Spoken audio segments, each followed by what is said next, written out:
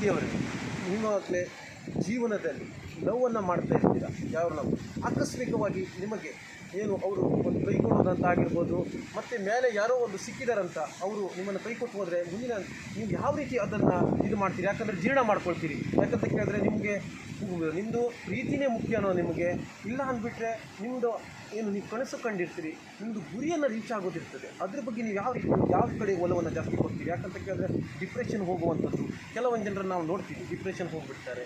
ಮತ್ತೇನಂತ ಕೇಳಿದ್ರೆ ದೇವದಾಸರಾಗುವಂಥದ್ದು, ಮತ್ತು ಹುಡುಗಿರು ಕೂಡ ಹುಚ್ಚಿಡುವಂಥದ್ದು, ಆತ್ಮಹತ್ಯೆಯನ್ನು ಕೂಡ ಕೆಲವೊಂದು ಹುಡುಗಿಯರು ಮಾಡ್ಕೊಳ್ತಾರೆ. ಅದಕ್ಕೆ ನೀವು ಯಾವ ರೀತಿಯಾದಂಥ ನಿಮ್ಮ ಲವ್ವೇ ಕೂಡ ಒಂದ್ಸರಿ ಕೇಳಿದ್ರೆ ನೀವು ಲವ್ವಿಗೆ ಹೆಚ್ಚಿನ ಒತ್ತು ಕೊಡ್ತೀರಾ? ಇಲ್ಲ ಅಂದ್ಬಿಟ್ರೆ ನಿಮ್ಮ ಜೀವನದ ಒಂದು ಗುರಿ ಏನಿರ್ತದೆ, ನಿಮ್ಮನ್ನೇ ನಂಬ್ಕೊಂಡಿರುವಂಥದ್ದು ತಂದೆ ತಾಯರಾಗಿರ್ಬೋದು, ನಿಮ್ಮ ಮನೆಯವರಾಗಿರ್ಬೋದು, ನೀವು ಯಾವ ಕಡೆ ಹೆಚ್ಚಿನದಾಗಿ ಒಲವನ್ನು ಕೊಡ್ತೀರಿ? ಫಸ್ಟ್ ಆಫ್ ಆಲ್ ನನಗೆ ಏನಾದರೂ ಟಾರ್ಗೆಟ್ ಅಂತ ಇತ್ತು ಅಂದರೆ ನಾನು ಲವ್ ಕಡೆ ಥಿಂಕ್ ಕೂಡ ಮಾಡಲ್ಲ.